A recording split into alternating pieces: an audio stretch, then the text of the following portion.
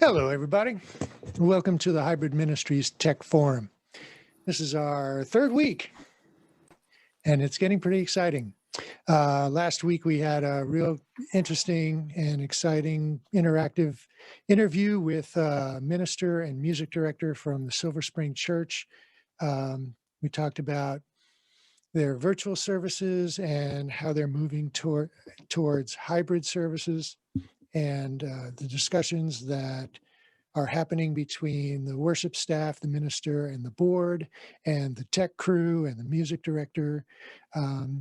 They are they're in the process of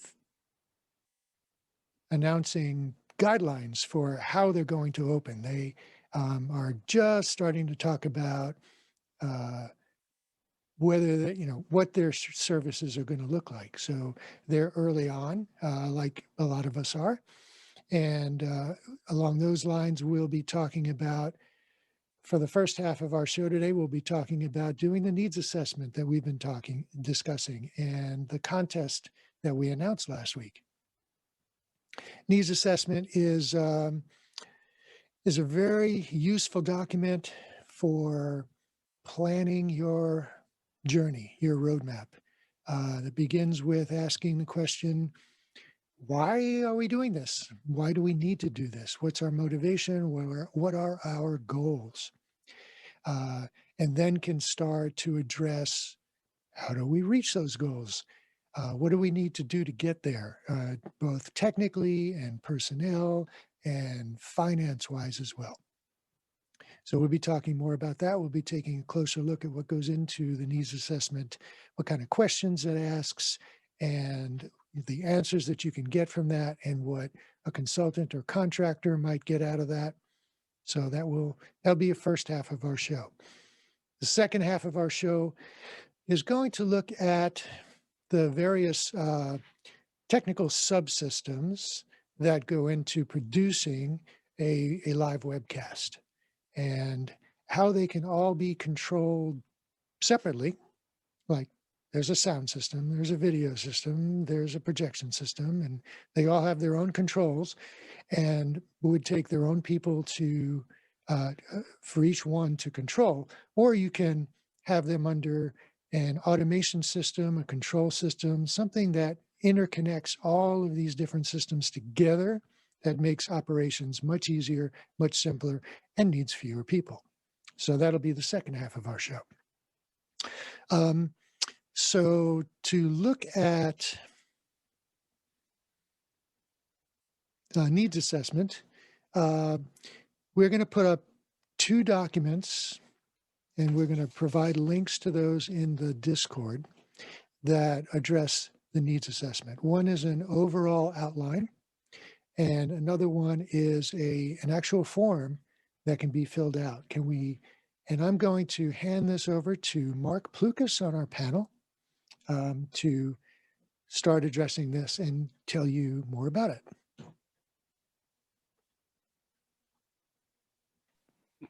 All right.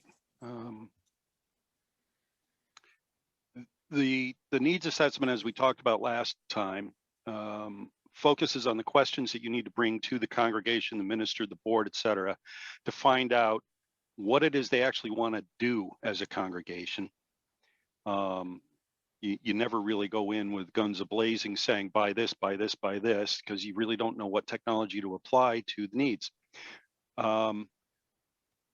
Needs assessments can be difficult because quite often you're asking questions that are completely new, heard for the first time by non-technical people. So you have to boil it down a little bit into language they'll understand. People like me, Marty, Jay, Joanna, we can speak to each other in shorthand and understand what's going on technically, but that's not how you speak to a minister or a board of directors. So you have to start from the point of view of not only asking very general questions to get them thinking, but you have to educate along the way. The form that I put together is kind of a hybrid of what we're trying to do at First Universalist Society in Franklin, and the contest form that was put together, this one right here. So this is a description of the things you need to know, or some of the things anyway that you need to know, certainly for the contest, and then also for designing a system. These are the kind of questions that you'll ask. Some of them are very detailed, others less detailed and more about operation of the church. Like, are you going to rent the space? And if you are going to rent the space, are you going to offer the streaming as part of the rental? Some of it gets very detailed. The audio systems, the video systems, networking, lighting, etc., are all much more detailed technical questions. Someone's got to go in and take some pictures and write down some model numbers and measure the space and do things like that. So what you're looking at right here is these are the needs assessment contest, where we're going to choose some congregations and do the needs assessment for you. And then we're going to do a needs assessment for 3 winners of the contest. Very small congregation, a mid-sized congregation, and a larger-ish kind of congregation. So I've developed it's just a Google spreadsheet. Hopefully you can see that now. This will be presented to the board of directors and the minister and the staff at our church for the purpose of, just like I said, getting the juices flowing. Can you blow up that left-hand column? There you go. Yeah, Thank you. So we've got several columns. The first column is questions and considerations. The second column is congregation consensus, namely whomever at your church is supposed to be able to answer these questions. And this is where they get answered. In some cases, it's a generic question that requires multiple people to agree to. That would be the consensus column. The next column over current state. Current state is more about, so what audio console do you have? Namely, how are you currently set up? For those of you that are familiar with Six Sigma or Toyota Lean process improvement techniques, this actually looks a little bit like a gap analysis. You have what the church wants to do, you have what your current state is. The difference between the two is the gap, and you describe what that gap is, what's missing from the system that you need to put together. And then everything to the right of that. Yes, sir. The left column is cut off. We can't quite see all of Yeah, the that's because I'm here. focusing on the other columns at the moment. The spreadsheet is then expanding to the right, where we would start to put in things like the bill of materials, required staffing, the answers to the gap itself. We would start putting in the financials. What's it going to cost for each piece of equipment, for the install, programming, etc. Those would all go there. The questions themselves. Does that look big enough to be seen? It's Maybe not. Maybe a little bigger. Clear for me, but that's How's that? Probably me.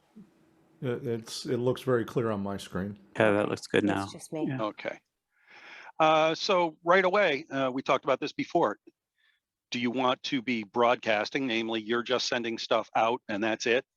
That would be a YouTube or half of Facebook type of solution, or do you want it to be interactive in some format, a la Zoom, Facebook with comments, that kind of thing? That's the very basic fork in the whole thing, and then it starts to drill in deeper. Would you want to connect to other congregations? Maybe share a minister between churches, or have other events with other congregations or other entities? Do you have any prepared or recorded content that'll be regularly used? The church we interviewed last week, their entire service is recorded ahead of time and just presented as a program. What about micro ministries? Do you have micro ministries within your congregation? Last week, whoops, I spelled it wrong. Somebody suggested basing worship on Star Trek, and that sounded like a cool idea to several people. But do you do things like social justice or food insecurity groups? in your church? And do they have regular meetings that you would want to be able to spread to people? Are there other events, you know, Halloween parties, etc.? Are there overflow areas within your church? Would you want to send video and or audio to the RE wing or the crying room, places like that? Need to know about all the places you're going to want to send that signal to. When you rent the space, are you going to want to be able to rent this? Do you want to offer the streaming services to the rental? If you're having, let's say, a wedding there and there's people on the other side of the country that can't make it, you could potentially offer streaming so that people can go to the wedding. Community ministries, you know, outreach efforts, things like that. Human resources is the next question, where you need to think about the nature of the people you have in your congregation. Are you going to operate these systems using existing staff? Are you going to pay someone to come in and do it? What the people that are currently there, what is their makeup? As I mentioned here, is it non-existent? Are they resistant to technology? What you actually need when it comes down to the gap analysis will take the current condition of your human resources and compare it to your desires, and that's where you start filling in. Well, you're actually going to need somebody to do XYZ. You're going to need someone to manage this or manage that. You know, run the sound, run the video, move the cameras, etc. Network topology. I believe Marty said this in an earlier meeting. Everything we're talking about here, if you don't have a decent network pipe, just isn't going to work. If you've got really bad bandwidth out of your church, you can kind of stop the conversation right there if you can't get better bandwidth. But overall, it's important to know what kind of service do you have from your internet provider. How are your routers and switches set up? Do you have gigabit switches, 10 gig switches? Are they all 10/100s? Are they managed switches? So we'll want to know a lot about the networking in the place. Gets really detailed here. What's the nature of your current sound system? And you can read these things as well as I can. Do you have a mixer? What's the make and model number of it? Do you have direct boxes? What kind of microphones? Do you have choir mics hanging up, etc.? I should have put it in here, but you know, do you have paging in the building that has to go through the system? Depending on the size of your congregation, I don't think houses of worship are exempt from it everywhere, but if the fire alarm goes off, do you have to have a fire stop on the audio?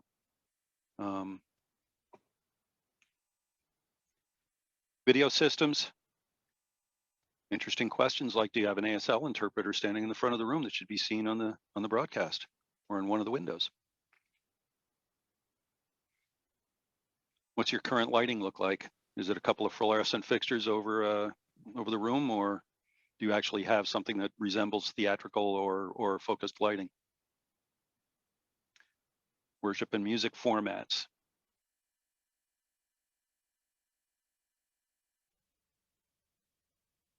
One of the ones that was interesting when I read through Marty's, these are Marty's, by the way, does he or she like to roam? Along with, you know, does the RE director, minister like to sit down front and gather the kids around to tell stories? These are concerns about where you're going to focus the camera, how you're going to get that person on the screen. Does the minister like to wander around waving their arms? All of these things are important when it comes to the video portion of the program.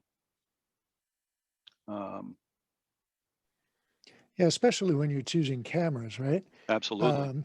If you have a fixed camera in the back of the room and all you're doing is zooming in and out, if the minister is moving around the front of the church, like they'd like to step down from the pulpit and walk around the front of the room, you have to be able to follow that person. And if you have a pan tilt zoom camera, it becomes a little bit easier to do that. If you have a manual camera on a camera on a manual tripod, that can be very difficult to do and follow them very smoothly, right? So there are actually pan-tilt zoom cameras that will automatically follow a person as they roam around an area. Hmm. And then you don't have to do it manually. Exactly.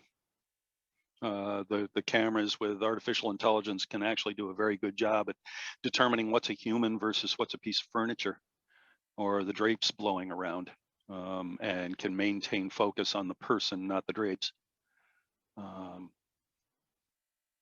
And do you record? Do you record and distribute the services? How do you do it? How do you intend to do it? Do you want to distribute the services in a recorded format or online in the cloud so that you can click them and watch them? Control locations. Some of this stuff takes room. I mean, if you're gonna be doing sound for anything more than one or two people, you need some kind of mixing console to handle that. Sound has two components. This was mentioned once before. There's sound within the space, and then there's broadcast sound. Those are two different mixes, because what you actually are boosting in the room is anything that's less than audible. So you're giving it a little bit of help to reach everybody in the space, whereas with broadcast, you only get to hear what's coming into the microphones, period. So you have to be a little cagey about the mixes for in the room versus what's being broadcast. These things all require a little bit of space, some place to park a person. Some of the things, like if you're using Zoom as you're switching, that person doesn't even necessarily have to be in the room. They can be sitting at home doing the video switching for the entire service, just the way we are right now. It doesn't really make a difference whether or not there's people in the space. It's still, you can switch things remotely, and you can control a PTZ camera remotely. So if you had to, even in your Zoom call, you can have them being followed around, and you can follow them. So these are the general considerations that we're starting with. The document, as Marty said, we're going to post this so that you can actually use it yourself to bring to the board, get these things filled in. It's just a Google document. It's a spreadsheet. You can type as much or as little as you want in there, or you can print it out, handwrite it. But this will be available. Suggestions for edits to this are welcome. Again, we're with you on this journey, not forcing you down the journey. We appreciate your input on all of these things. So it seems like there are a lot of questions in this survey, and the questions are designed to get you to really think about documenting aspects of your service that you may take for granted and not even think they might be important for planning purposes, or for an integrator or a contractor or your supplier to know about, because it doesn't seem important to you, but they actually are very important. The little details are important to know, because if they're not factored into the system and they aren't, your system may not be workable for you. And then you'll go back to your contractor and say, oh, but we need to do this and this and this that we didn't think of before. So we get you to try and think about and document all of the details of your service and your operations, so that everybody can be fully informed going in. And it's an interesting exchange of information between the technical crew and the board, because they really want to know what's going to go into a contract, either for purchasing equipment or for an integrator, or a consultant, depending on how you do it. Or even if you're planning to do it yourself, we have some very adept technical people out there in our houses of worship. But when you're so close to a project that you don't think the details are important, or you think that they may be commonly known, that's when things can fall through the cracks and get missed. Marty, Yes. would you please remind our participants where they can put their questions in Discord? Which channel should they put their questions into? Oh, thank you so much. Forgive me. So in our Discord, there is a channel called Questions for the Panel.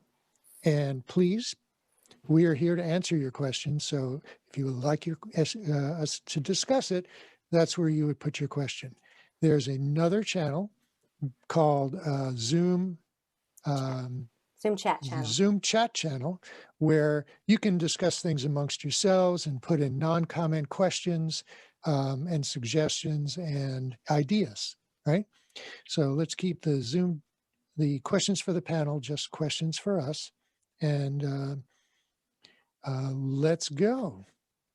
So, Marty, real quick, I'm seeing just multiple questions in the chat right now about when or where those documents will be made available.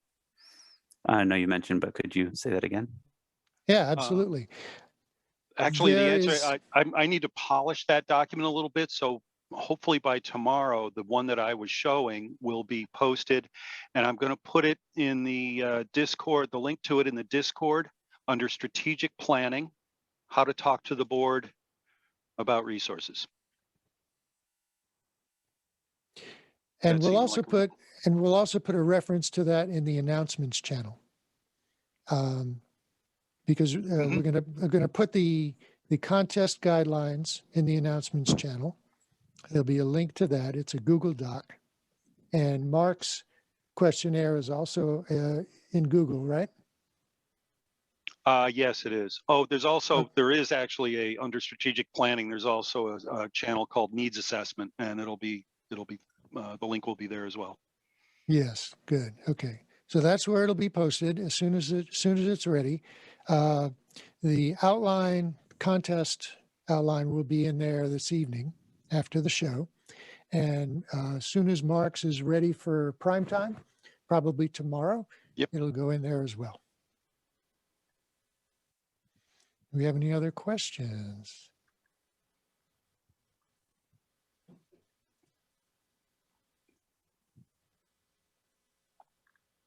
Not at the moment.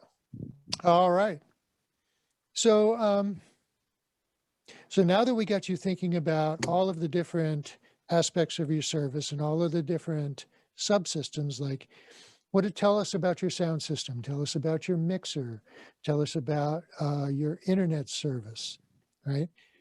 These are all things that we need to understand, and in particular, what models you have, what model mixer you have, what kind of microphones you have, how many microphones you have, and tell us about your music program. So this way we can help you think about whether you have enough microphones, are they the right types of microphones to effectively capture sound for your streaming audience, which is a very different thing from capturing sound or amplifying sound in the sanctuary.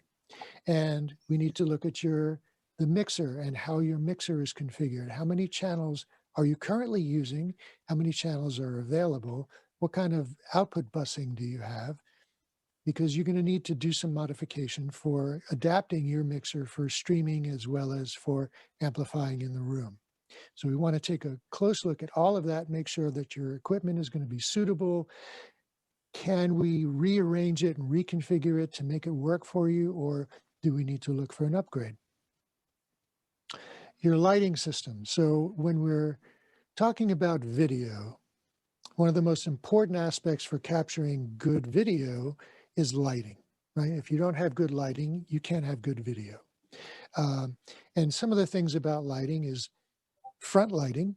So stage lighting, the lighting that lights up the front area of the chancel, the front area of the music stage, if it's separate, any area where people are going to be speaking from or performing, need to have sufficient lighting in the front of them. But then we also want to look at what's behind them. So what is the wall or surface that is behind them? Is it a window? Is it a solid wall? What color is it? What kind of lighting is on that wall? And what kind of lighting there might be for backlighting the people who are going to appear on camera. backlighting is an interesting and not well understood aspect of lighting. It provides a little bit of glow on the shoulders and around the outline of the person. And like J-Lo is showing her backlight right now. Look at that. And that helps to provide some separation from the image behind you, whether it's a wall or something else. And now, if there's a window behind you, that presents an especially difficult problem. Now, I know you are very fond of being able to see outside during the service. But if that window happens to be lit very brightly at any time during the year, that backlights the scene, and cameras don't see images the way our eyes see images. Our eyes are really very sophisticated, connected to this really sophisticated computer. They can self-adjust to compensate for poor lighting. Our eyes do automatic white balancing. So if you see a gray surface and that's all you see and you have no other reference, your eye will see that as white and will adjust any colors in the scene accordingly. But cameras can't do that. Cameras need to be color corrected. They need to know what white is, and that can change by the kind of lighting that you have. Incandescent lighting, fluorescent lighting, sun lighting, they're all different shades of white. And so the camera needs to know what kind of light it is. Now, some cameras have an auto white balance and some don't, but auto white balance can be fooled. So if you look at a scene on camera and there's different colors, how true are those colors? Is white white? Is light blue, or is it light green, right? So lighting is very important. Backlighting is very important. If there's too much backlight, then the person will be in shadow as the camera tries to adjust. Well, which brightness am I trying to adjust for? We all know what dark images on a face can look like. A black person standing in front of a very bright white background, it'd be very hard for the camera to adjust its iris to make the details of that person very, very distinct and clear, which is really important, right? House lighting. House lighting can be important for any kind of event. You have various types of lights that want to come on or turn off during a service, or different kinds of services or different kinds of events. And sometimes those lighting controls are outside of the sanctuary. And if you need to make a change, somebody's got to go out of the sanctuary to make that change. Stage lighting, house lighting, they're all interconnected. They all provide light onto the areas that we're trying to have an image for our stream. We can bring all of that lighting under control on a control panel on a desk, and one person can control everything. That also makes it very easy for automation to be able to control that.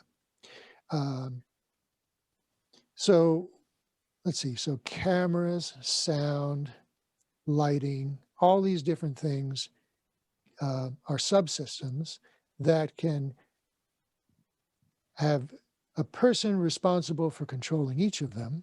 And in terms of video, you have a person controlling the cameras, a person switching the cameras, another person controlling sound and switching sound.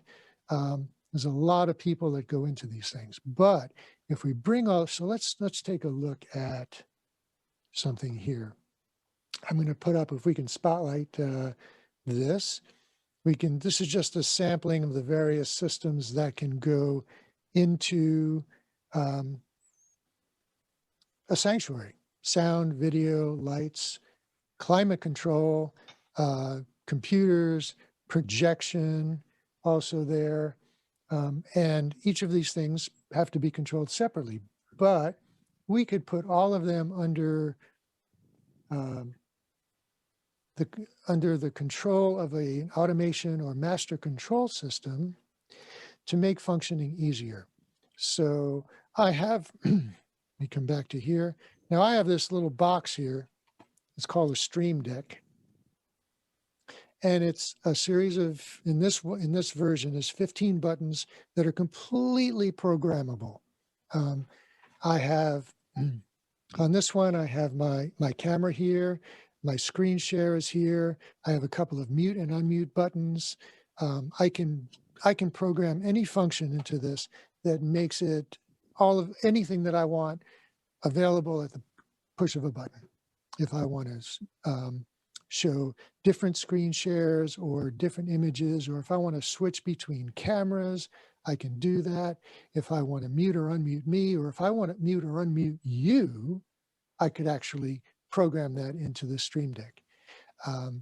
We can control gallery view.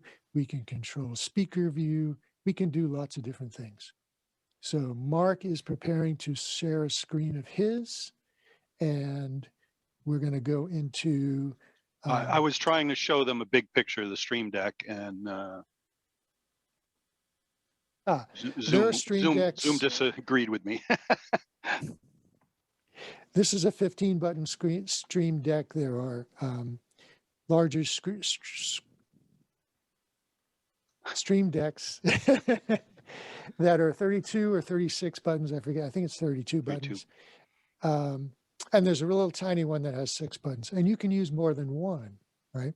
So this is just one example of certain control systems that are available that can do many. Now this thing actually can control many functions of the Zoom platform in addition to hardware. So we can control, I can turn on a certain set of microphones on a mixer. I can bring up certain lights. I can control my cameras, make them pan and zoom to certain places. I can turn on my projector and have it look at a certain source. So you could do all that, and then you can do macros. So I can, with one button push, I can execute a macro that'll perform many different functions and steps all at once, which makes it really powerful to do. So what would take 3 people 7 steps to do, I can do at the push of one button. One of the important things is that cute little 15-button Stream Deck that Marty just showed you has a huge price tag to it of $150, which is probably within the range of just about every congregation here. The 32-button version has a retail of $249, and I believe the little 6-button is $89. Super simple to program. You can even have somebody that's familiar with Stream Deck make the program for you and send you the layout. So the Stream Deck itself is very easy to use and can integrate with lots of different things. And while this is 15 buttons, there's actually many, many layers. I can have layers of buttons. So I can have like 99 different buttons on this little 15-button thing. And as I push a button, it can go into the next layer. So there's page up, page down, or page select. And you can actually program it so that on one row of buttons, I can have different subsystems. So rather than just paging up, paging up, paging up, paging up, I can go directly to a subsystem and have all of my controls there. Now, in addition to that, there are other software that can do much more programming on the Stream Deck than what Stream Deck provides on its own. And now we can get into the point where we can have Stream Deck interact with middleware software that greatly expands the number of other systems that it can interact with, and you can get a much finer grain of control over many more detailed functions by stepping up to use additional software. So the Stream Deck comes with some software, and it's very powerful, but it can get even more powerful by using one of the pieces of software is called Companion by a company called BitFocus. Companion is a virtual Stream Deck that you can actually, instead of this hardware button panel, you can do it on a tablet, and it performs exactly the same way. So you can have a full tablet with all of these buttons on it.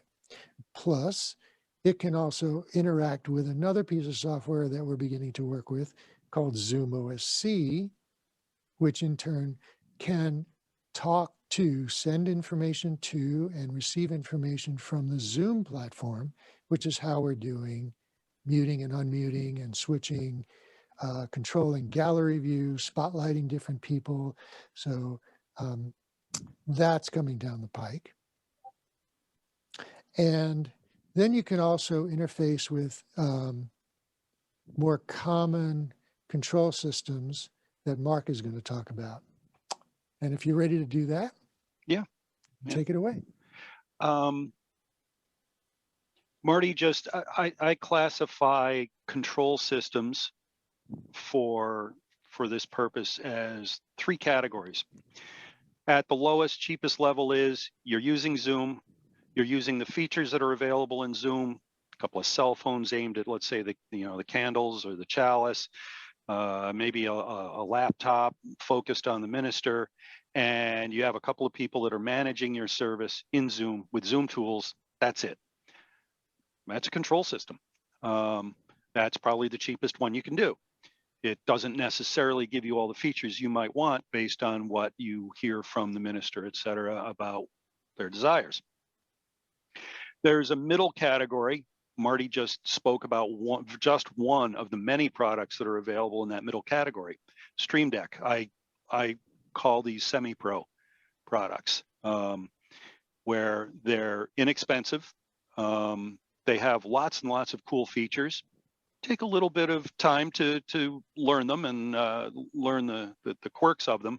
Stream Deck is really easy, and there's a gajillion, if that's a number, YouTube tutorials on how to program Stream Deck. If you get up into the realm where I work, which is professional systems, you're using professional control systems, commercial control systems like Crestron, AMX, Extron, QSC, even Elkhorn McBride. These are systems that you'll find in boardrooms and war rooms and NOCs and security centers and courtrooms, et cetera. They are more expensive, without a doubt. But if you're of the size or you have the need to heavily automate a system, they can be really, really handy. This falls into the category that Marty has mentioned, the buy once, cry once category. It's expensive, but once it's done, it has anywhere between a 5 and 15-year lifespan before you need to do anything more to the system, unless your needs change. I'm gonna show you, if our friends at Zoom will cooperate with me, a control system that is currently running in Alaska, in Atkasuk. Hopefully you can see that now. What was the name of that city again, Mark? Oh, we're losing Mark. Oh, no. Oh, No. no. Let me How's mention this this. We're going to extend the deadline for the contest another week. So the original deadline was next week. We're going to stretch it out another week so that you can take these documents and work with them for 2 more weeks. It should give you plenty of time.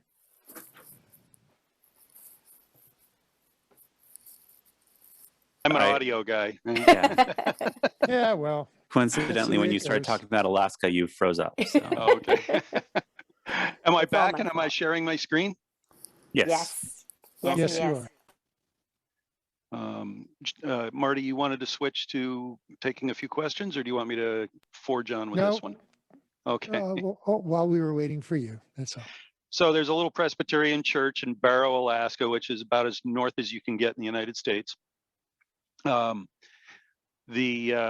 looking at 2 screens at the same time here. I am connected to a computer in that Presbyterian church up in Alaska by way of TeamViewer, just a way to control a remote computer. This one panel with the whale on it is actually the software view of what they see on their control panel up there. It's called an X panel. Behind it is the interface for a streaming device by Extron Corporation. It's an SMP 111. It's made for streaming. It takes care of all the streaming for you. You tell it, take whatever I give you and send it out to YouTube or send it out to Facebook or send it out to, it will do the streaming hookups for you automatically. There's a more complicated and expensive version of that will do multiple things. It will do windowing. It will do all kinds of fancy stuff, but I'm not going to get too deep into that. My point is more about the control system here. So there's the whale, that's the splash screen, and it's going to want me to put in a password to get into it. And we got a touch panel that shows you all kinds of things you can do. Now, this particular control system can do everything from I'm going to take care of everything for you to I'm going to let you be the control of everything. So from very discrete control of the system all the way up through we're just going to do it for you. This system is programmed that on Sunday, I think it's 10 o'clock is their service. At 10 minutes of 10, it turns the lights on in the room. It turns on the microphones. It focuses the cameras. It starts the stream, and it runs for the entire service until sometime after the service is over, and it shuts the whole system and the stream down. You don't have to touch a thing. For the more complicated services, you can take discrete control of the system and move the cameras around.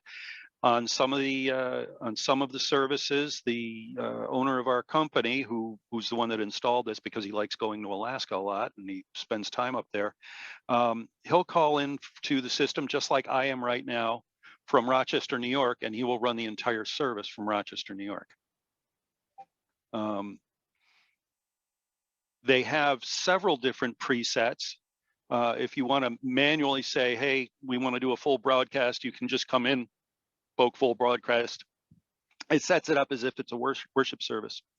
They have regular meditation meetings as well, different lighting, etc. You can just poke meditation, it'll adjust the lights and everything.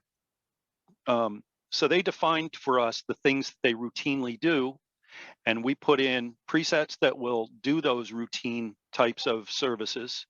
And we also put in a scheduling system if they wanted to pre-schedule those services. And even if they wanted to change the time that the service happens, they can adjust the times when the thing turns on, turns off, etc. We can see a variety of things. We can see, for example, with our Watchdog product, we can see the health of various devices. And using your cell phone, you can actually scan that and get right to Watchdog and see specific information about it.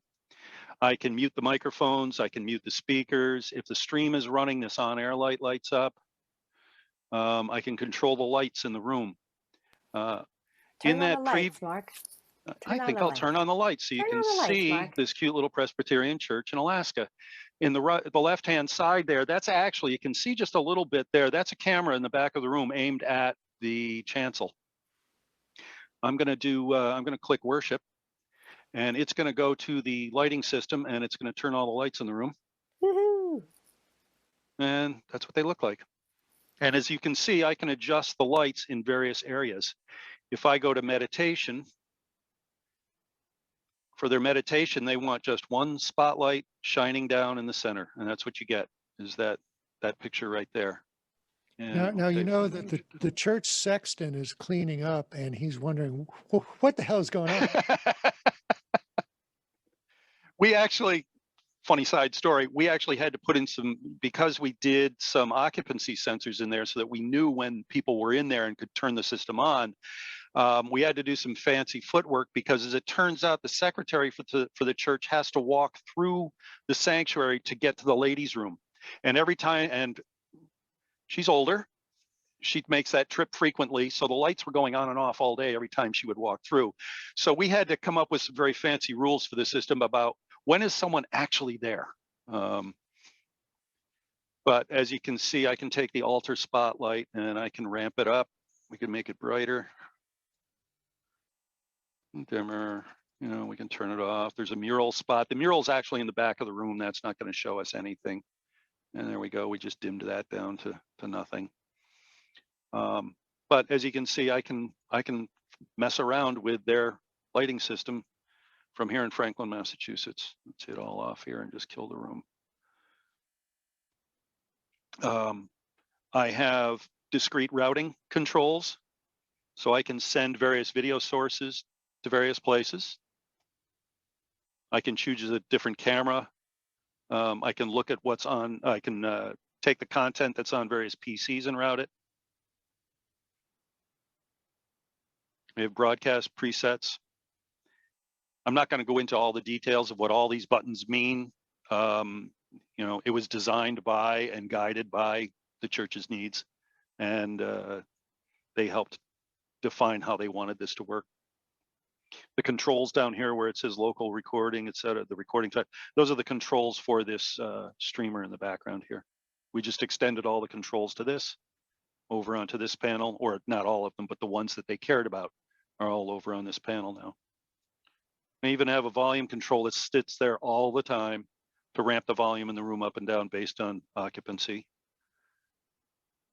And that's, you know, that's most of the system. But this is a commercial control system with a commercial touch panel and several virtual touch panels, some video cameras, control over an audio DSP that's handling, an audio DSP is a digital signal processor. Audio goes in, audio comes out, and you get to mess with it in the middle. Some of the messing that we're doing in the middle is that we've got ceiling microphones in there that, because these churches do things like sing people out when they die, and they'll involve several churches, and they will gather together and just sing all day long. But they can connect them various churches together, and they can all do it. They can have meetings between the churches in Atkasuk, Wainwright, and Utqiagvik. It's single button touches. They can just say, yep, I want to talk to that church. Both systems pop on and they can start communicating with one another. So it's kind of a hybrid between a conferencing system and a worship system. This is what led to some of the questions that are in the form. Do you want to be able to do outreach to other congregations, other organizations? We've already done it. We've seen the value of it up there in that Presbyterian church and across the North Slope of Alaska. Might be of interest to other people. So that's why that question is actually asked, is would you want something like that in a control system? So the ability to control all of this remotely is very interesting. I think Jay might have a story about a scheduling snafu with a tech crew. I don't, a story with a scheduling snafu with the tech crew. I saw a letter from the minister of your church a couple of years ago. Okay.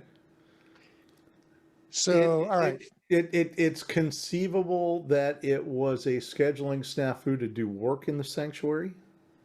No, this was actually, I remember it very distinctly. So Please share.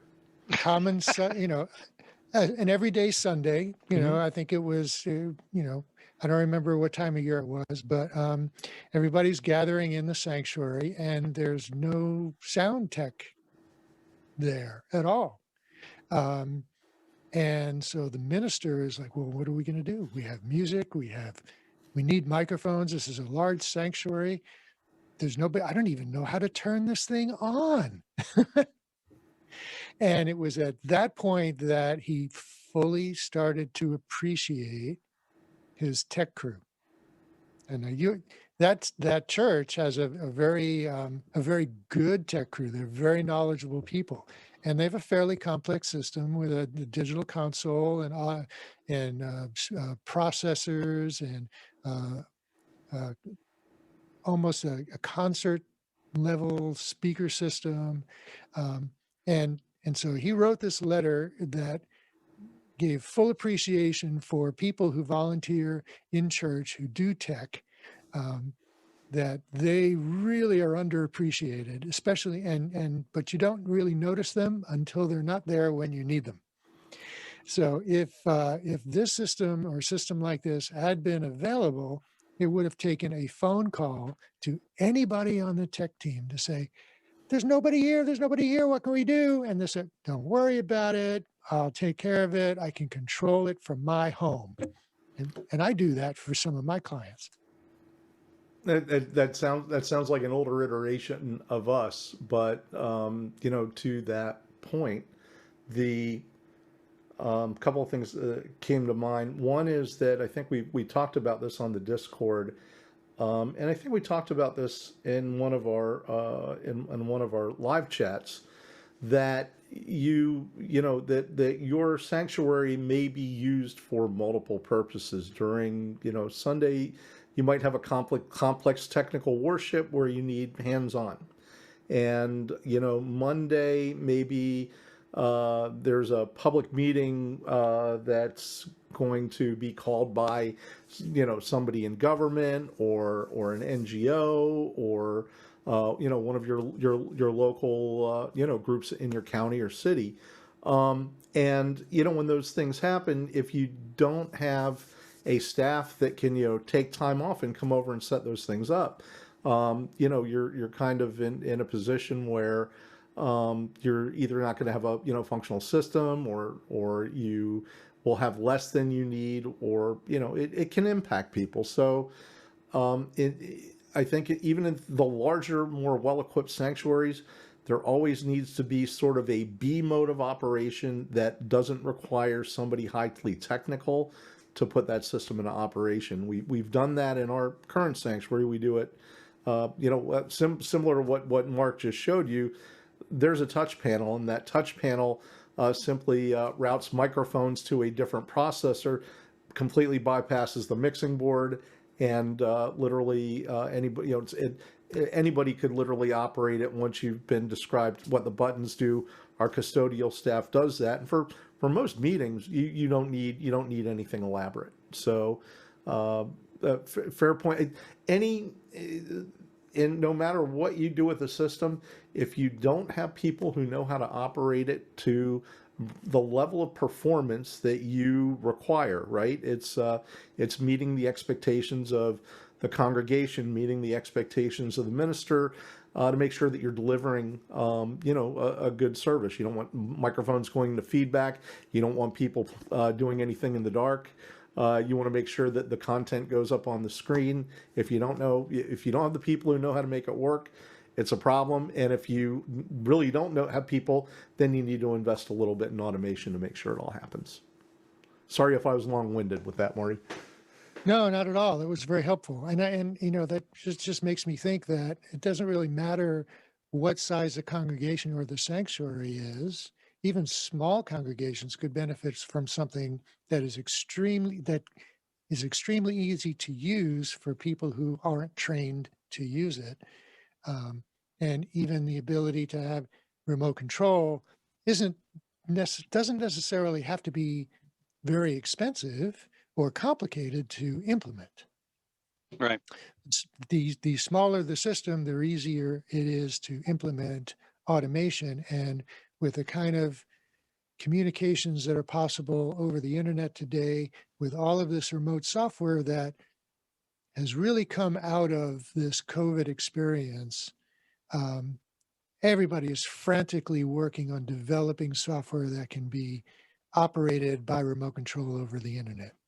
And some of it is very, very cost effective to implement. Now, the difference between these things, however, is you can get a $150 controller like Stream Deck, hook it up to a switcher like ATEM or one of the ones that Marty knows more about, and you can get by perfectly well. They do have a lifespan. They do have a reliability level.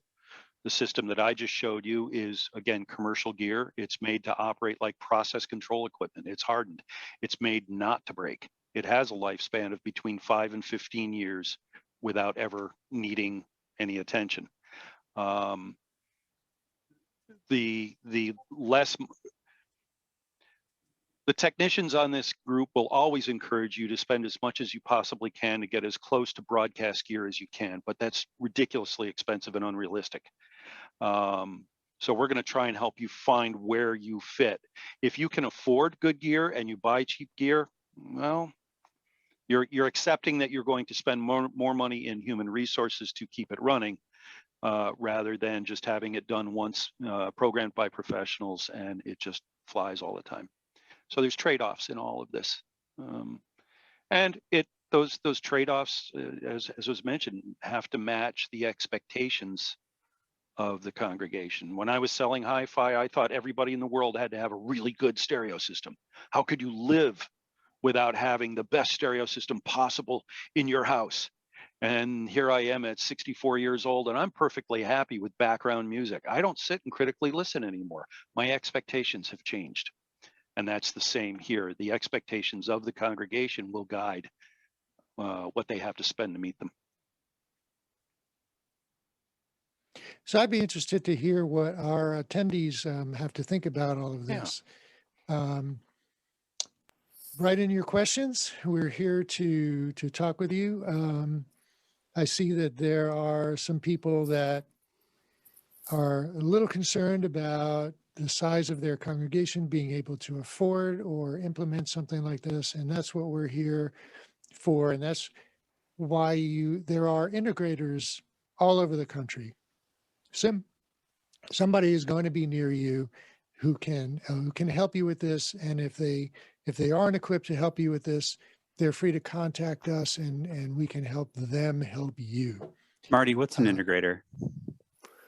So an integrator is somebody who is an installer who will take equipment that you specify and install it and make it work for you. They will also take systems that they are installing or new systems and make them work with existing systems or older systems, integrate them together so that everything works as a system. The longer name is an AV integrator, an audio visual integrator. The components of their job are discovery, design, purchasing, installation, commissioning, service. Did I forget any? Integration with older systems. Yeah, part of and potentially integration with older systems, but their job is to make various devices work to choose them and make them all work together to reach some goal. That's what an integrator does. As opposed to a consultant who, I won't go down that path.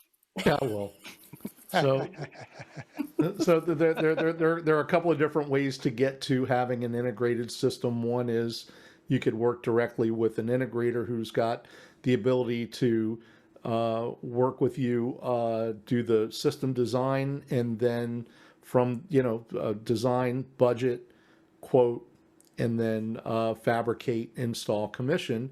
Another way to do it is to hire a design consultant who does not sell equipment. They sell their services and knowledge, and then you now have a blueprint of a system that you could shop to multiple integrators and get competing prices. And both ways have the great capacity to be epically successful, and they both have the capacity to fail.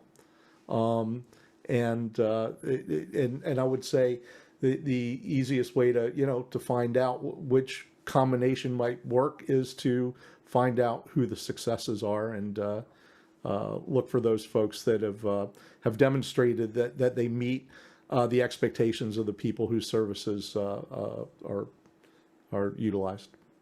I was being a little cheeky when I said, when I was. No, you were being trashing, a lot cheeky. I was being a lot cheeky when I was trashing consultants, but they are valuable. I was people. watching the meter move. It was just slightly in the red. Consultants are valuable. They come at a price, but they are very valuable. They can act as consumer advocates. So you as a congregation might go out and hire an integrator, but the consultant stays in the mix and makes sure that the integrator performs the job according to the specifications that were agreed to. So they act as your advocate. They inspect the system after it's been installed, things like that. They'll do whatever services that you've paid them to do. Pretty much, yeah. Yeah. And just to reiterate, so there are different different routes to hiring professionals to design and install equipment for you. Design and build. Build is install. So you can do, so a larger company or corporation or a church might first hire a consultant. That is the person who helps you think through your project and the parameters of the project, the specifications of the project, and they will prepare a bid document that lays out everything about the system, all the specifications, all the different components that go into it, and they will send that out to contractors to bid on, right? So if you've ever built a building or done any HVAC work and hired a general contractor kind of acts as a consultant to prepare your bid document, send it out for bid, right? Then the bid winner, that's your integrator or installer, and they will obtain the equipment, procure the equipment for you, bring it in, install it according to the bid specifications that the consultant laid out. And then the consultant comes back in, proofs everything, goes through and makes sure that the contract, that everything about the installation conforms to the terms of the contract. And that's a very good way to go. The second way to do it is to hire one company to do both tasks. And that's called a design build company, where, and that's how we work. I'm sure all three of us work both ways. We have worked as consultants, we have worked as integrators, and we've worked as design build houses. So where you have one company to come in and talk with you about your project, develop the specifications and the parameters of the contract, procure the equipment, install the equipment, do the training, and do the maintenance. So you have one point of contact, one company, one person that you have a long-term relationship with. So there are advantages to doing that as well. Most of the larger integration houses will do both. They will either bid on a job that's been pre-designed, or they will act as a design build outfit. The really small houses, some of them don't want to have anything to do with designing the system. They just say, you send me the stuff from the consultant and I'll build that. But the larger houses will do design build. There's a couple of questions in the box, Marty, if you want to. Oh, wonderful. more Let's questions? get to them. Mm-hmm. All right. So Kelly B asks, her church is most concerned with the cost of increasing technical staff. We are considering a service called Local Live TV, which is a remote controlling service for a set number of events. It's used for football games, but Bradford UU Church in Kenosha, Wisconsin, has used this system for over a year. It seems clunky and limited, but it does the job. So is there always going to be a cost of increasing technical staff? I guess is the question to get out of that. So if you're thinking about the need to hire staff, to do this either because you don't have the volunteers who are interested or capable of doing this, or because you want somebody who's going to be more reliable and responsible, and you can afford it, I think that at the very minimum, a staff-led volunteer core of technical people is a really, really good idea. Volunteers tend to come and go. They need to be constantly retrained. Yes. And so having a staff person to, at very minimum, oversee the volunteer core, that provides you with a consistency from day to day, month to month, year to year. That actually leads into the next question, which talks about the volunteers' time to choose the equipment, learn how to use it, and then use it. And learning how to do those things are very difficult. This person says he's been using his sound system for over a year before COVID and maybe understands 10% of it. Right. Let me finish on the Local Live and then get to that next question, which is very relevant. So it appears to me, I'm looking at the website, Local Live is a company that will will do the kind of remote production work, remote control work that Mark was talking about. Control your cameras, control your microphones, and do that remotely. So this is a company that you can hire to do that for you. If you have absolutely nobody in your church who is capable of doing this, then that might be a good way to go. But for most churches, I think that if the system is integrated properly, if it's programmed properly, it should not be terribly complicated to use. And to set up something that can be remotely controlled. So if you have somebody who just can't make it to church every week, but they really do want to help and they're capable and they're willing to do it from home, that would be a good option to explore. And I want to talk a bit about what I mean by system and programming. So think about the term sound system, which I think most people are familiar with. A sound system is microphones, mixers, amplifiers, loudspeakers. That's a very basic sound system. All of those components together comprise the system. A system is a series of components that are designed to interconnect and work together. In video, you have cameras, a camera controller, a camera switcher, displays, and/or a streamer. That's a video system. There can be more to it. It can be more complicated than that and more complex than that, but that's a very basic system. If any of these components that make up a system are inappropriate in the context of the other components in that system, things are not going to work properly. You can't have a USB microphone plugged into a sound system, into a standard broadcast mixer. It doesn't work. You can't have a standard balanced microphone with an XLR cable plugged into a USB computer. That doesn't work, right?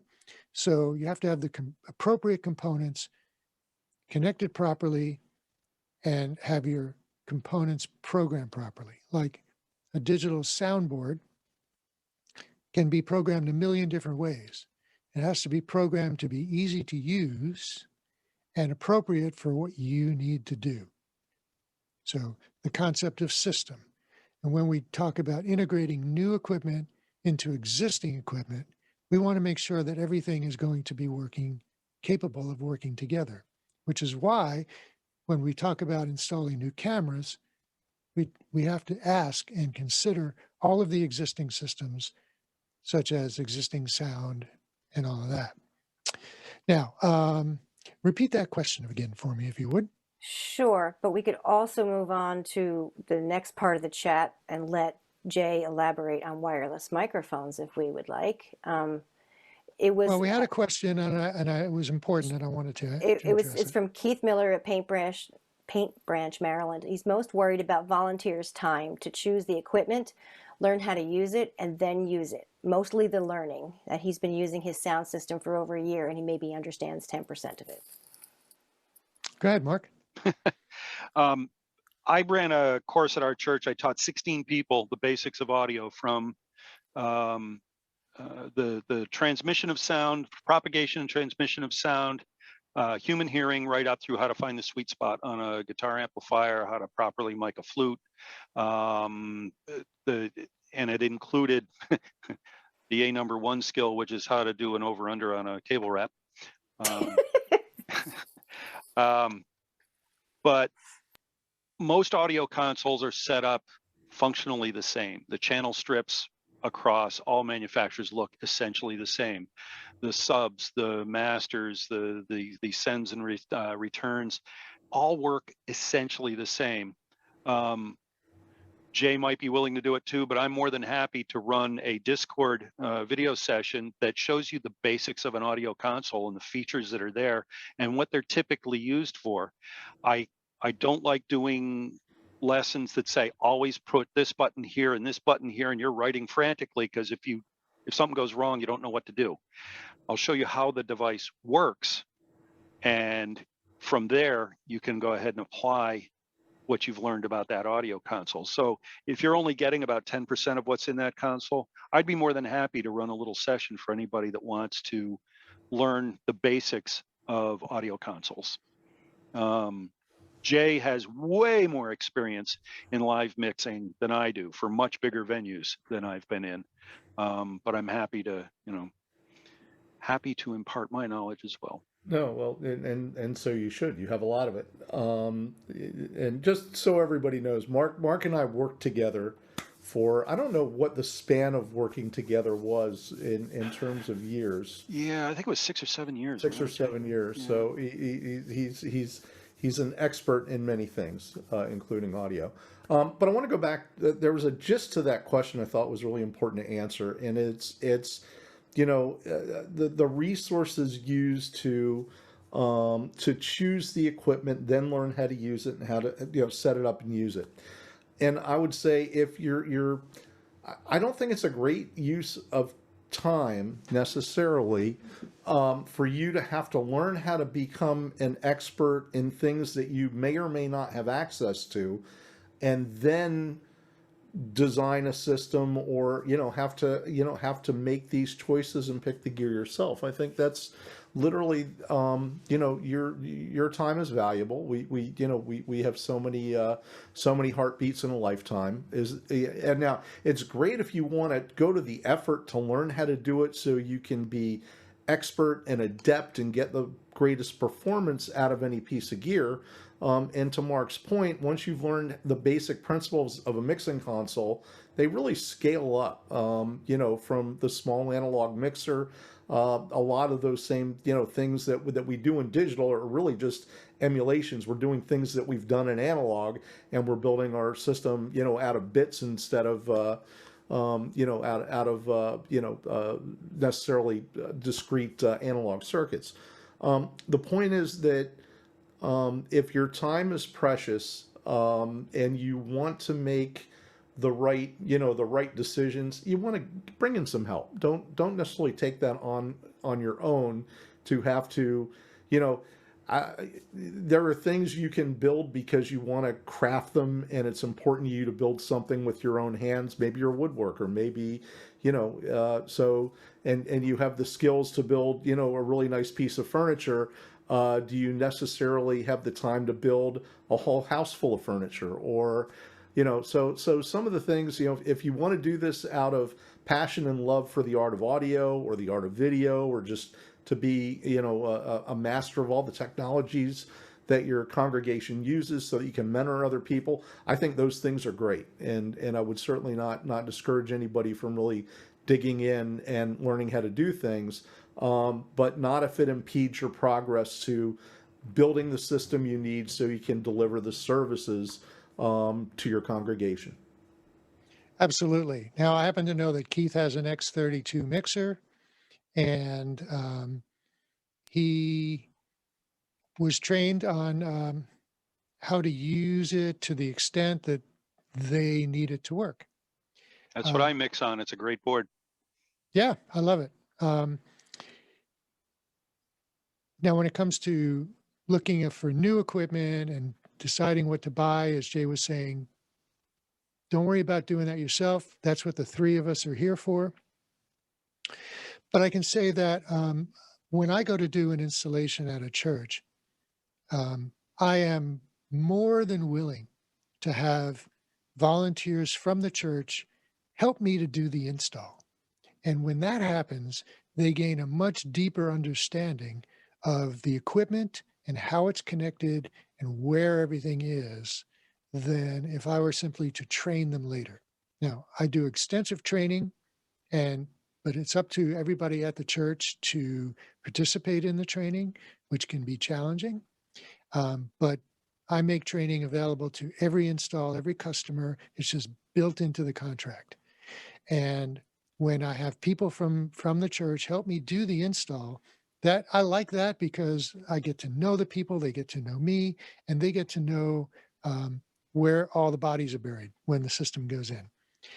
And along the way, they could watch me, and I can be talking with them when I'm actually programming the mixer and the camera gear and anything else, Yeah.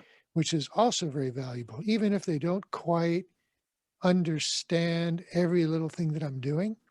Just observing is valuable because whether you realize it or not, you're learning things by absorbing what you're seeing, right? The exposure And is then huge. the exposure is huge. And as you get exposed to more and more of it, the more you hang around, the more I can talk to you, the more I can show you. Then when you get to operating the board, you'll remember things. You'll remember things. What Marty's So describing about having people be involved, to be honest with you, that's a great service. It slows Marty way down. It is a far more painful process to use volunteers rather than just blasting in, putting the system in, getting out, getting your money. So by letting people be involved in that, that's really big. It costs him more on the front end, but it also breeds investment on the part of the people that participated. And in the end, Marty ends up with fewer service calls because he's got people that are invested in the system, have seen it, and are more likely to figure it out for themselves than to just go running to Marty at the when something happens. yeah, churches that don't have a whole lot of money to drop on a commercial integrator appreciate the fact that I'm saving them money by my not having to bring in 3 or 4 other people with me every day to pull wires and put on connectors and do things. I can work with your people, show them how to do this so that they're gaining a skill and they're gaining an understanding as well.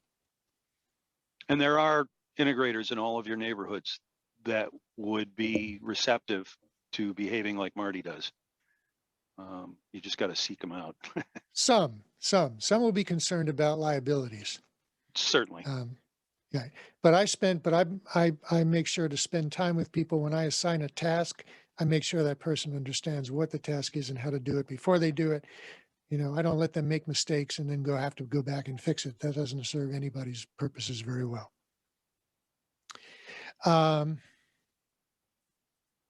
So for people like Keith, who understand about 10% of the capabilities of their mixer, they understand what they need to do to get through a service. And that's a really good basis for learning more.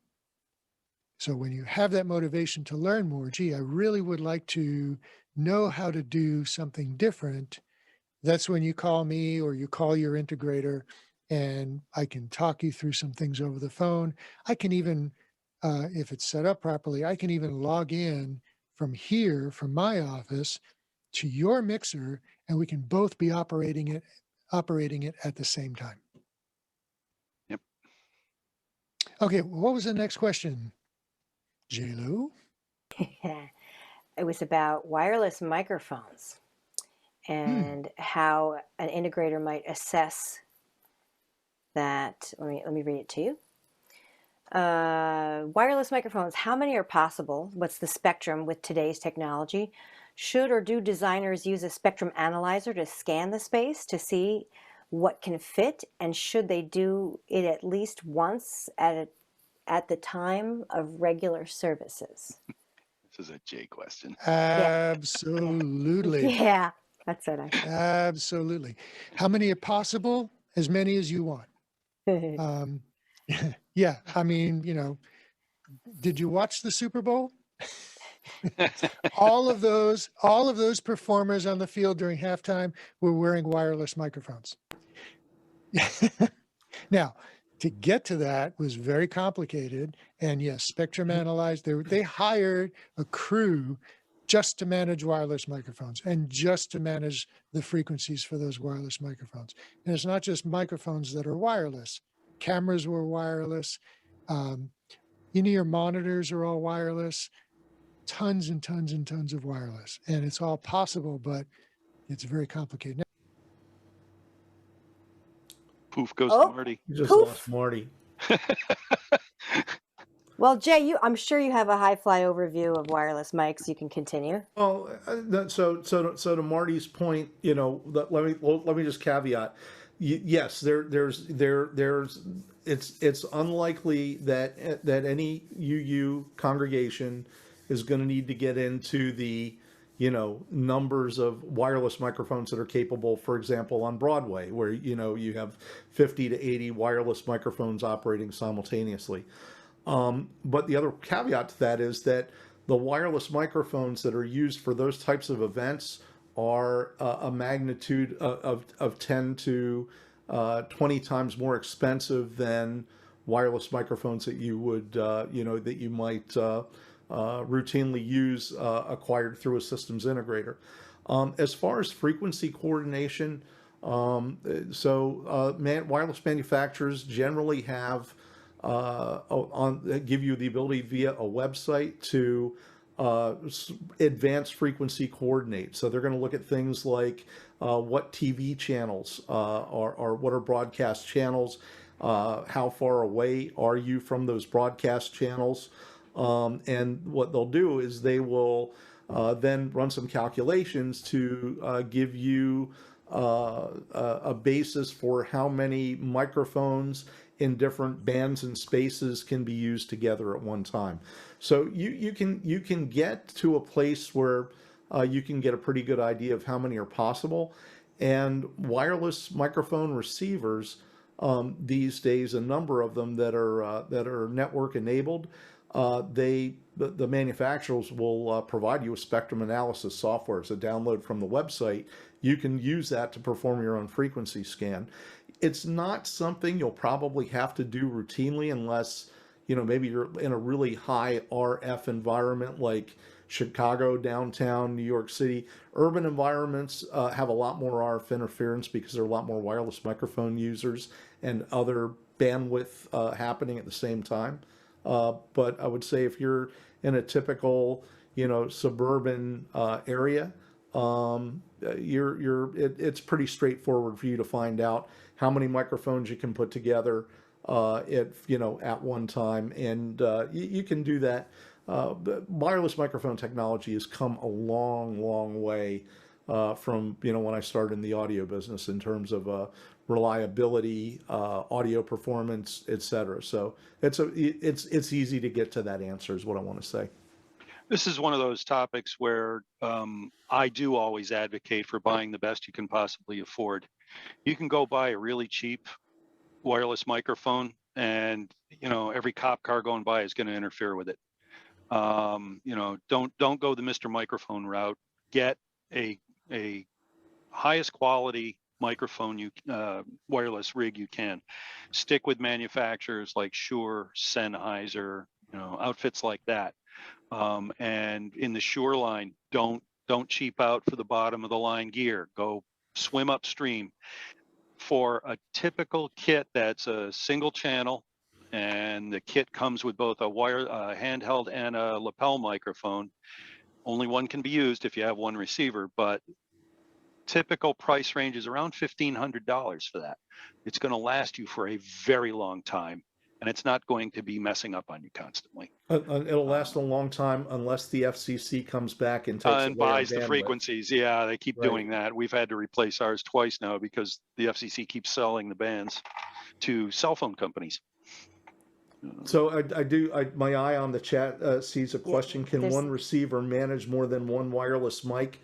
Well, there are multi-channel receivers, so they're generally wireless mic receivers and transmitters, are sold in it's a single channel receiver, but there are wireless receivers that come in up to 8 channels of wireless in one unit of electronics, rack mounted electronics. So 1 channel, 2 channel, 4 channel are the most common. So you can use but 1 transmitter, 1 receiver at any one time. So 1 frequency.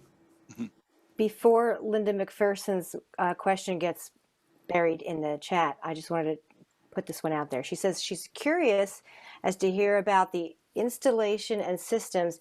If our panelists can imagine a system that is out of a box. We are a small congregation, 50 to 60 people, that rents our space And so we set up our sanctuary every Sunday. Is that even possible? Without question. Mhm. I think it could be. Absolutely. Absolutely. We could do something. Yeah. What would that look like? A road case. Go ahead. Yeah. There are congregations that don't have a permanent home, actually. I'm back. Hello. Welcome back, Marty. There are congregations that don't have their own property. Sometimes they rent, well, what they do is they rent a room in a community hall or a school or something like that, and they meet that way every week, and they have all of their equipment in road cases and stored in a storage space, and they bring it in every Sunday, or or they have storage space in the facility where they're renting. And they set up their whole thing every week. They set up their sound systems, their microphones. Um, they'll be setting up camera systems. Yes, it is possible.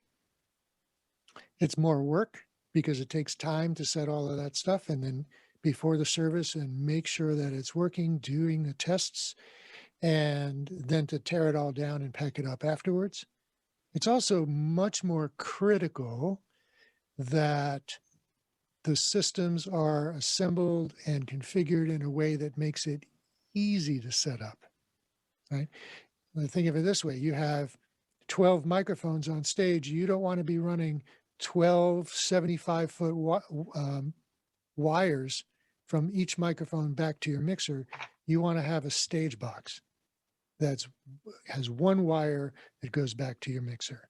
That wire can but be also- as something as simple as a piece of Cat5, because there's lots of digital snakes out there where you can carry a slew of channels through one piece of category cable. That's right. Um, And not only does it bring your microphones from the stage to the mixer, it also brings the speaker lines back from the mixer to the stage. So you put your powered speakers, you plug them right into the stage box, and floor monitors, if you use those as well, right into the stage box. So it's just one piece of Cat5 between the stage and the mixer. That Yep. makes it extremely quick and easy and reliable to set up. Just little things like that. I can imagine a system that would all fit in a 3 foot by 3 foot by 4 foot, let's say, road case on wheels. You wheel it in, you flip up the lid, there's all your mixing stuff. You got a compartment to pull out mic stands, cameras, set it all up, plug in the wires, you're off and running. Right. Yeah, I can All totally your imagine. wireless microphones are in a portable Exactly. rack. Yeah. They plug into the same stage box because they'll get set up on stage, and they plug into the same stage box with a small set of antennas, and you're good to go. And every one of the pieces of gear that we're talking about here, if you finally do get your own space, you can just take it out of the box and set it up and leave it set up. It's all reusable in whatever space you end up in. I see Joanne's hand up. Yeah, thank you. So for the needs assessment contest, I would assume then that people shouldn't, count themselves out of the running if their space is rented. They should go ahead and participate, even if Absolutely. they're not a congregation with an established chapel. That would be Absolutely. exciting. Yes. Yeah, it would be. Great thought. There's another question about that moves into Wi-Fi versus Ethernet. If we'd like to talk about the pros and cons of upgrading Wi-Fi versus running an Ethernet cable to the service computer. Run a cable. I would say cable. My short answer. Yeah. Elaborate. All right. So Wi-Fi is a publicly shared, very limited number of frequencies. And it's witchcraft. it's sort of witchcraft. I mean, no. It's very well specified. But here's the thing. Wi-Fi communicates with a very limited number of devices at any one given time. So at any particular single instance in time, it's only communicating with one or two or three devices. And it goes round robin. So there could be 100 people in the sanctuary, and everybody's phones may have at some time paired with that Wi-Fi radio. whenever they walk into the sanctuary, there's a connection that's made between the Wi-Fi unit and the phone, whether you're using the phone or not. If it's turned on and it has recognized that there's that Wi-Fi that it used once and it knows what the password is, then it has a connection. And so the Wi-Fi unit is going around and polling every one of those phones in the sanctuary to see if there is data, if there's a communication, if somebody is requesting to talk. Are you looking for a website? Are you checking email? Are you sending an email? What are you doing? If there's any data that the phone wants to send out or request, it's taking bandwidth and time from the Wi-Fi unit. So if you are relying on that for streaming, you are sharing that same Wi-Fi with all of your phones. Now I see Cristal has her hand up. She is not on the panel, but we can certainly open her microphone. Let me see. While he's doing that, the other thing to remember is that any device you're likely to use on the Wi-Fi is going to be something like an iPhone, an iPad, an Android, a tablet of some sort. You're at the mercy of that device's connection, and that device is, you could be trying to mix a show at the moment that the thing decides to do an update, and you're out of control of your system. We always, as speaking as a control programmer, we always recommend that you have at least one control point that is completely wired. Don't put all of your eggs in the wireless basket of any kind. Okay, Cristal, I think you're ready to go. Yeah, just speaking as a network nerd, you should never, ever set your church up so that you have everybody on the Wi-Fi node that you're using for your services, ever. You should have two completely separated points. Yep. One that is your church congregation staff only, and one that is the unsecured guest network, or the secured guest network, more properly. Never should these streams cross, ever. Ghostbuster moment. So we're good. Thanks for that. Cats and dogs sleeping together, mothers pulling their children off the streets. Right. Yeah, that's a good point. That's a good point. In just in general, Wi-Fi engineering, yeah, it's always good to have any communication that needs to be secure or have access to secured computers. Like the staff is probably pulling files from the administrator's computer, right?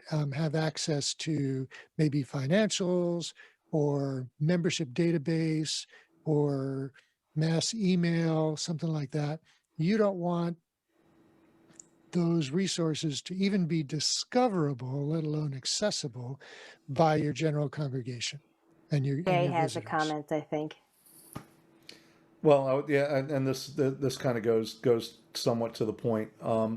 I have two access points, wireless routers, that are dedicated for technical in my sanctuary. One's in Sanctuary C. The only thing I really connect to that is the mixing console, so I can mix from an iPad when I'm either go take a seat in the sanctuary or go up on stage and do stage monitor mixing for an artist who might be performing at our coffee house. We had the owners of our building hired a company to basically take in and manage all of the network activity, and they went around and they did a survey to find all the devices on it, and they sort of wanted to take ownership of my technical router and asked for the password. I said, no, it's not yours. This is not building equipment. This is AV technical equipment. Thou shalt not touch this. And if I see you plug a cable into it, I'm going to pull out my snips and cut it. This is completely separate from any other use in the building. I don't want anybody else. I want anybody to be able to get into our technical gear. Not likely that they would, but would you want to be sitting trying to mix, or you have a service, somebody figures out how to connect to your mixing console and send the system the feedback? I'm not saying that's likely to happen, but I don't ever want to even chance those kind of things. So to that point, keep those systems separate to the point of making sure that all the bandwidth is dedicated to your technical need. If you are going to use Wi-Fi, just dedicate it so nobody else can get to it. So there are certain That would be one way to do it. there are certain good reasons to use Wi-Fi, like control, like tablet control, certainly of a mixer, tablet control of your video switcher, perhaps. Wi-Fi makes you portable. It makes you, gives you the ability to move around. I regularly, during sound check, for instance, I will take my phone or tablet, which has a remote connection to my mixer. I will go up to the stage, stand next to the singers and the musicians, and adjust their monitors for them so that I can hear what they're hearing. I'm standing right next to them on stage. I know what I want them to hear. They may not know how to use a floor monitor, what it's for, or what they how to mix so that they can do a better performance. They're amateurs. They may not really fully understand that, but I know as a sound engineer, and I can train other engineers what musicians really should be able to hear. It's not the same thing as what the audience hears. So I go up to the stage and I adjust their monitors. I can go anywhere in the sanctuary and adjust the mix for the sanctuary from a different point in the room, because the acoustics will be different across the room than from where I'm sitting at the mixer. So I want to walk around and make sure that everybody is hearing a good mix. So there are good reasons to use Wi-Fi. There are also bad reasons to use Wi-Fi, such as wireless microphones that work on the 2.4 gig spectrum, which is the same spectrum as Wi-Fi, right? So I've been in a sanctuary where I actually tried that. Happened to get a good deal on a brand new model of wireless microphone that ran on the 2.4 gig spectrum. The manufacturer promised me that there would be no problems with any other system. And I put them in, and you know what? Wi-Fi didn't work reliably, and the microphones didn't work reliably. So once I pulled those microphones out and put microphones that worked on a different frequency band in, Wi-Fi came right back. It was great. The microphones were solid, no dropouts, no noise. Now, there's something else that we're talking about, is using phones as cameras. Because what do they work on? Wi-Fi. Wi-Fi. Right? So if you're going to, now, using phones for cameras has some very legitimate applications. They're very portable. They're very small. You can put them anywhere. They're great for close-ups, right? If you want to put a camera on your chalice and just on your chalice, putting a phone right up there is a great idea. But you have to be aware that that phone is transmitting that video over Wi-Fi. So if you're not absolutely confident that you have solid Wi-Fi, then you can't be absolutely confident that you have solid video. Marty, I have a time check for you. It's 8:41. It's 8:41. Should we continue on? There's another question, and there's a couple more questions in the box, or how do you want We to can continue. proceed? Well, here's what we're going to do. So my bad.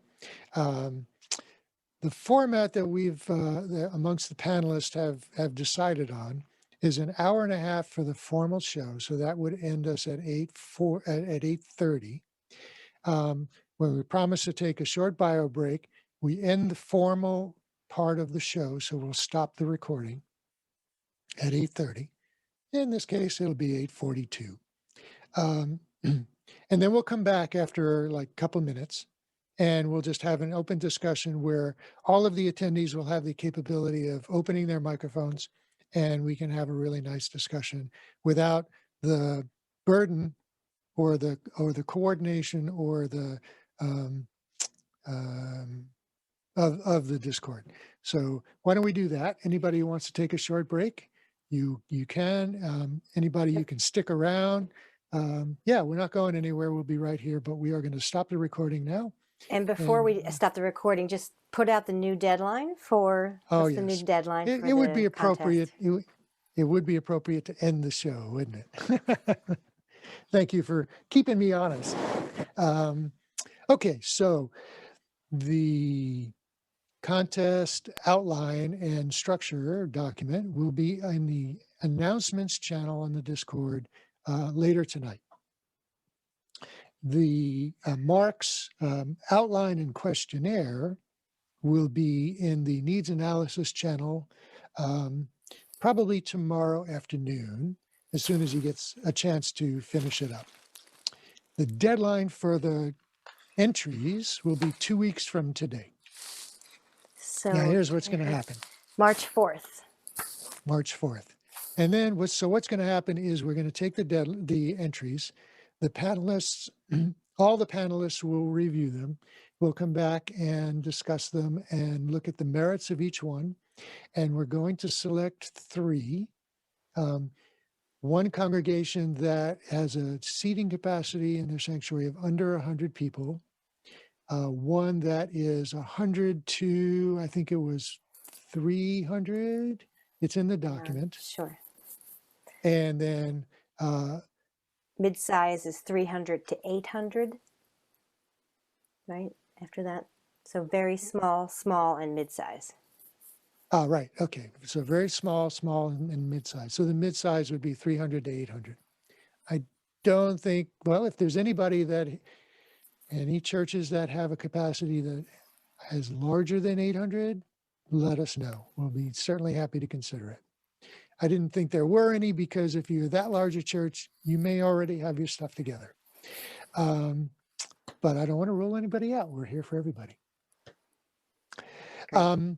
Just to let everybody know what's coming up, we're going to have, I don't have a date yet, but we're going to have one show that is going to be on licensing, music licensing. Really, really important. Everybody needs to know about this. So watch the agenda, show agenda channel on the Discord. You'll see that announcement come up. And we'll be spending a couple of shows on this needs assessment because we're going to be reviewing the applicant's information on the air. We won't be revealing any, personal or inappropriate information, but we're going to go over the general aspects of the 3 winner churches. We'll look at some floor plans. We'll look at existing equipment. We'll discuss the needs and the goals as they're given to us, and to see how we as integrators would work this out. And what else is there? What else is there? I think that's good. So I want to thank all of our panelists and thank all of our attendees for the wonderful questions. We're here every Thursday at 7 o'clock, and you can spread the word. This is a non-denominational information sharing show. So I know that we are predominantly Unitarian Universalists, but, we have our origins in many different religions and we're accepting all kinds of people. And so let's spread the word, bring them in. I'm sure that a lot of other denominations have small and mid-sized churches that are in exactly the same place as we are. And it's a great way to expand our community, right? Let's collaborate and do that. Thank you very much. Have yourselves a good, something else I want to mention about the Discord.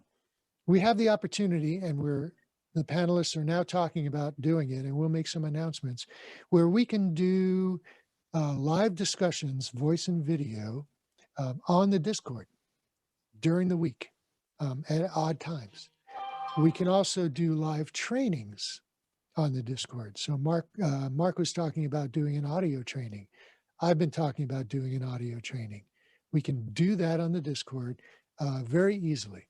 We can do screen sharing, we can do cameras, we can do audio, works out very nicely. So if you're interested in doing something like that, let us know what your interests are, what your topics are.